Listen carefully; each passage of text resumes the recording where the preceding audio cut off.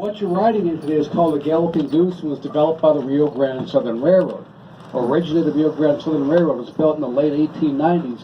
Its primary purpose was to haul ore from the mines above Durango down into smelters into Durango, Colorado. No. In 1891, things were going so well for the railroad passes were stamped out as pure silver, and silver at that point in time was the main currency being used. Unfortunately, in 1893, we had the silver contract, which meant silver became worthless. Gold became the currency used.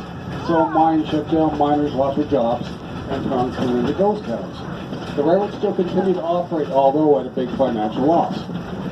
Also at that point in time, in the late 1890s and early 1900s, the railroad was on steam power, but that was expensive as it took it through a Florida run.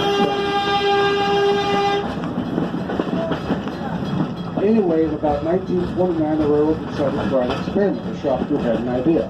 At that point in time, the shop crew went to Denver to purchase the Beechmaster 6 sedan, brought it into the shop, stripped off rubber tires, put flange metal wheels on it, cut it in half, and built a wooden six-bit box in the back of it to haul freight mail. Passengers were able to ride in the front. It was very successful and it worked very well, and it basically replaced the steam locomotive in the very future. The next issue the railroad faced was the Great Depression in the 1930s. Because of the success of the automobile on rails, once again the shop crew returned to Denver. They purchased 5 more Beechmaster 6 sedans and 2 Beer Zero limousines and did the same thing. Stripped off rubber tires, put flange metal wheels on it, and they built wooden boxes on the back of them to haul up freight and mail. Also at that point in time they had a significant postal contract to maintain to help them deal with the difficult times in the 1930s. In the there were a total, excuse me, I'm getting ahead of myself here. In the 1930s, there were a total of 7 Galloping Geese built at that point in time. What I should mention is that the Beechmaster 6 sedans had all metal bodies, and the Colorado limousines rest out quickly. The Beer Zero limousines had all aluminum bodies, and those held up much better. The Goose you're riding today, Goose number 7, has an all-aluminum body. Before this is a rail car, Goose number 7 hauled passengers around the grounds at the Florida Hotel in Colorado Springs as a passenger car. Unfortunately, in 1949, the post office canceled the rail contract, and one of the reasons for the cancellation of the contract were mechanical failure of the Geese. At that point in time, once again, the rail was in dire financial trouble.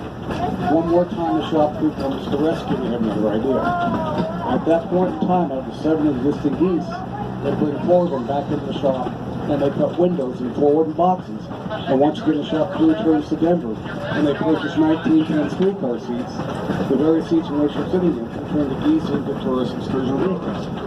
They're used for wildflower excursions and fishing excursions, and they're popular for a few years. Once again, in 1951, things begin to change for once one more time. The road conditions improved drastically in southwestern Colorado, as well as the automobile. Freight traffic has basically come to a standstill, and not that many people ride the Geese anymore. So, in 1951, that was the year the railroad last ran the Geese, and the last thing the Geese were used for on the railroad were to pull up scrap rail, since the railroad finally did go bankrupt for good in 1951. Out of the 7 Geese that existed, we have 3 here at the museum, our 3 all one. Goose number 2, Goose number 6, and Goose number 7. The rest of the Geese are as follows.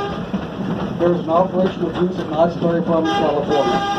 There is an operation of Goose number 5 that splits its time between Durango and Silverton and Suffers and Toltec. There's a Goose on display in Cadillac, Colorado. And Goose number 1 is privately owned and operated down in Ridgeway, Colorado. While the railroad was running the Geese, they were called motors, but the general public had a nickname for them. The reason for the nickname is the public, they waddle like a goose going down the track, and then when the horn honks, it sounded like a goose honking, and when the wind blew, the ponies would flop up in the wind, looking like the flapping wings of the goose. That's where the name Galloping Goose comes from. Actually, get out of the way.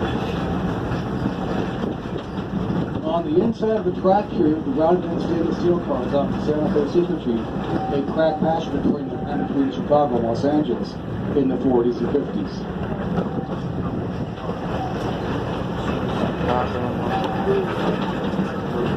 Cars passion by like here will be made on our own stops, and this is what we use for our summer steam trains. These green passenger cars are also white passenger Yukon, and we use these for Thomas and Polar Express. These green original cars are built in the 1880s, and we use these for Polar Express plus special steam trains. You'll see Shea locomotives 12 and 14. These are basically an all-wheel drive gear locomotive.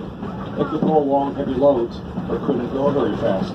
The stock cars that we're going by right now are 1880 stock cars.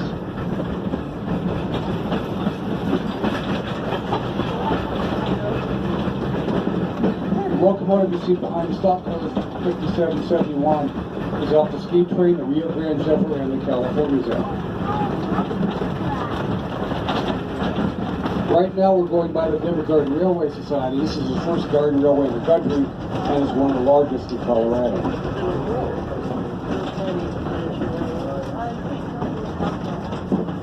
The dining car we're going by right now is off the Union Pacific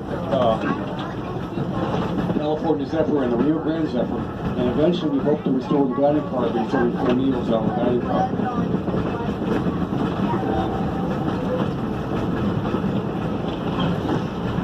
Coming up on the outside of the track, you see locomotive 191. This is an 1880 locomotive, the oldest locomotive in the state of Colorado. Locomotive 5629 ran between Denver and Chicago overnight on passenger trains in the 40s and 50s at speeds of over 100 miles an hour. Whoa, over 100 miles per hour. Colorado Railroad routine basically started in 1959 by a gentleman named Bob Richardson, originally in Alamosa, Colorado, where he had a collection of gauge freight and passenger cars. Later on, Mississippi brought this land here, which at one point in time the land here was a vegetable farm, and there was a hotel here on one side as well. And most of the equipment here, believe it or not, was trucked in by trucks, not by rail. It wasn't brought in by rail.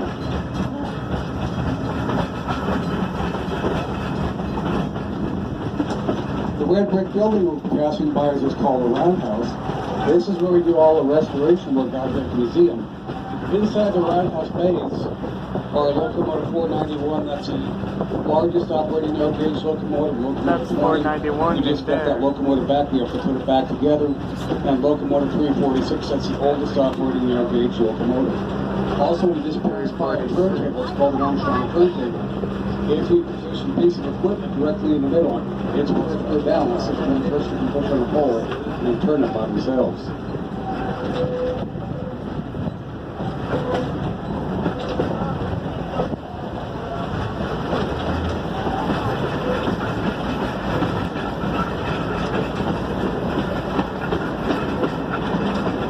Coming up here on the outside of the track here, just a little bit, you can see an actual working water tank.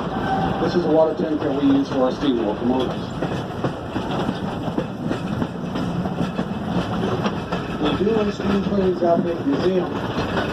Our next steam up is in July 13th and 14th. That'll be the 60th anniversary. We'll have all kinds of special trains running in, and when we will run that weekend, plus every other kind of special deal that we think is going on.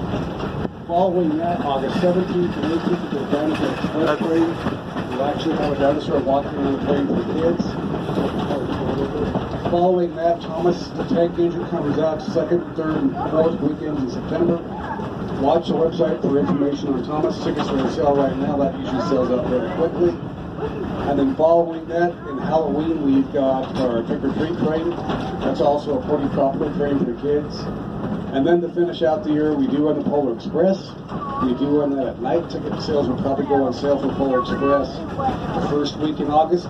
We had 60 shows last year. If it's anything like last year, it'll probably sell out within less than a week's time. So watch the website for information on Polar Express. And as we're coming to a stop here, the Red Brick Building, on the inside of the track is the Richardson Library. Inside the library are all kinds of books, documents, maps, so on and so forth, that are still accessed by current railroads to this day. We would like to thank you for riding with us today and hope you enjoy the rest of the weekend. Also, as you're exiting the Goose, on the left-hand side, there's some pictures of what the Goose looked like before the restoration started, as well as a route map.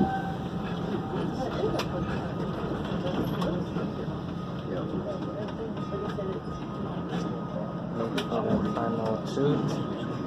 We have 42 now. And number 3 will be approved, but that probably won't be until 2020.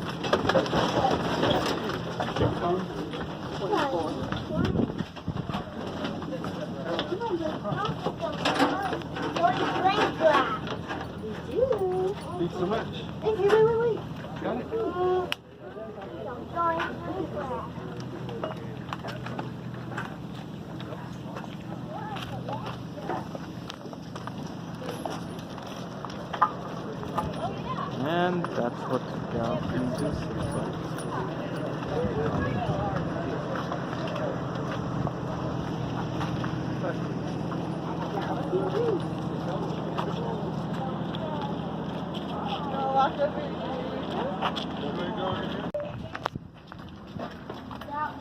This is where the coal would be. This is the fire. This is one of the old steam engines. That's where the coal would go. That's where the coal would be. That's where it would go. Where the engineer would be. This is his throttle. Hey, Let's check break. this out. At the door that we're doing train job, at the door that we're doing train job. This is the seat. Ah.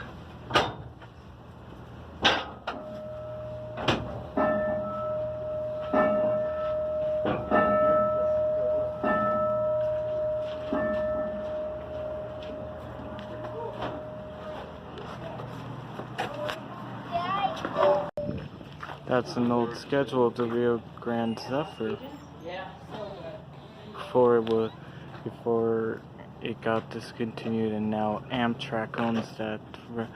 Amtrak uses that route now. And that's one of the.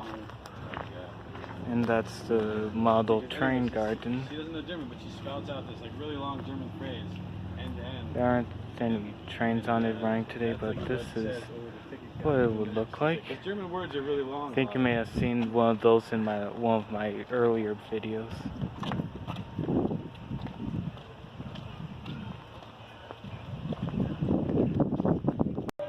Darn, this locomotive I used to go earlier. You could have gone into this locomotive. Huh? Move what? That one used to be up on the hill.